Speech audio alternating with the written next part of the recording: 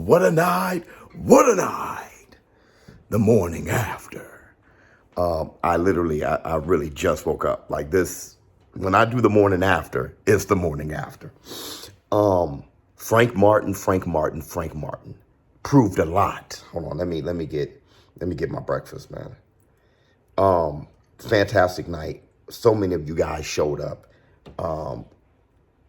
We learned a lot about Frank Martin and Rivera, and they learned a lot about themselves. Look, the first thing I'm going to say is Frank Martin deserves to be mentioned as one of those lightweights now.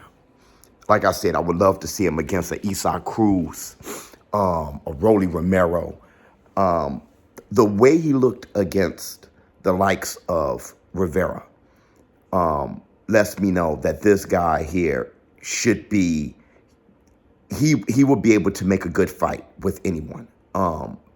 Devin Haney, Gervonta Tank Davis, Ryan Garcia, all those boys. Let me get my orange juice.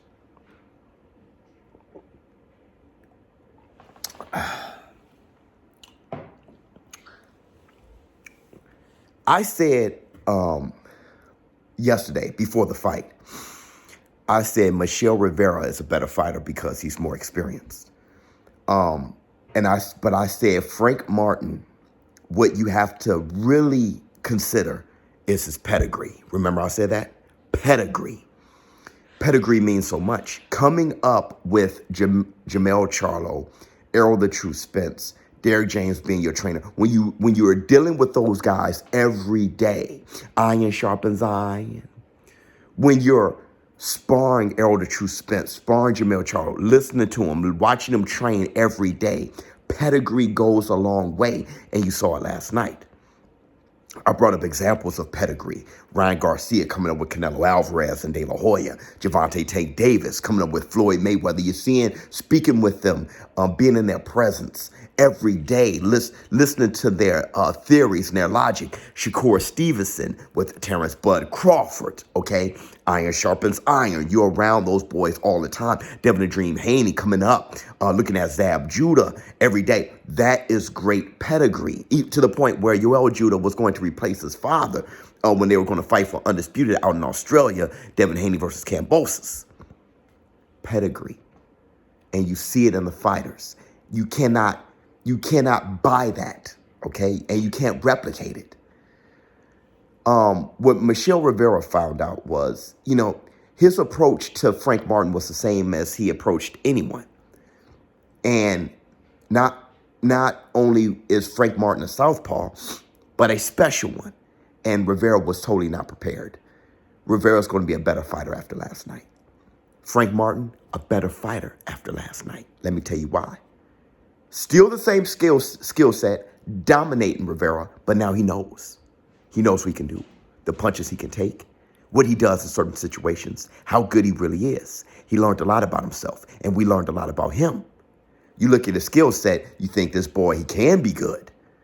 And then you see him smoke Rivera. It's one thing to speculate that he can be good. It's another thing to see it. And I tell you guys all the time, seeing is better. The tangible things are better. And when his level of opposition raised, he looked better. And I said that about Keyshawn Davis. People say, hey, he didn't look that spectacular his last outing last week.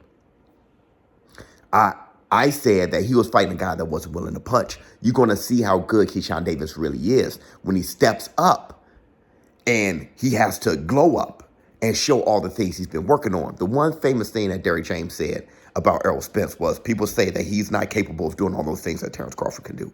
And he said he never had to.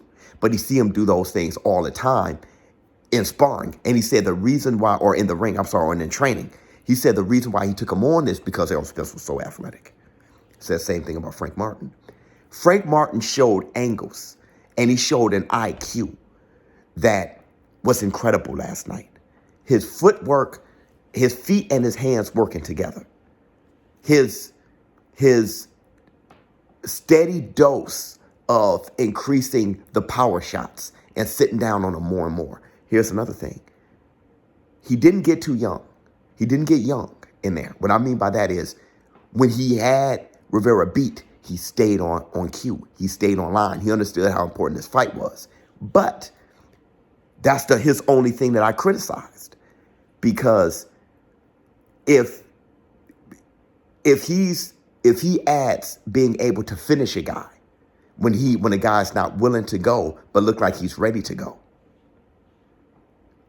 if he adds that in his game, he'll be perfect. My thing is, I'm not sure if he knew or if he was confident he can apply those tools that he's being taught, I'm sure, by DJ. Okay? With that said, he's going to have those tools because he can't help it. His pedigree, DJ, Jermell Charlo, Errol the True Spence, they're going to be on him. And that's going to make him even better. I want to end by saying this.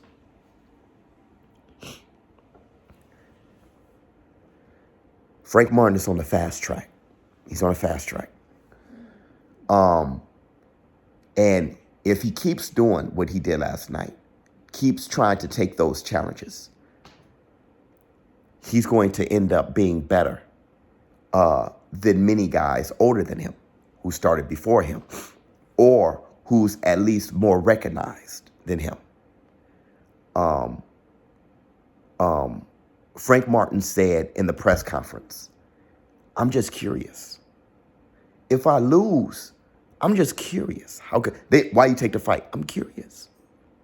If I lose, I just want to know how." Keyshawn Davis said that too. He said that about fighting Gervonta Tank Davis. He said with Fight Hype, I believe.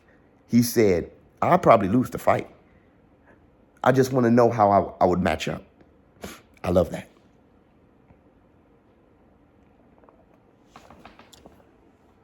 Let me know how you all feel about Frank Martin in the comments below. I think Frank Martin has arrived.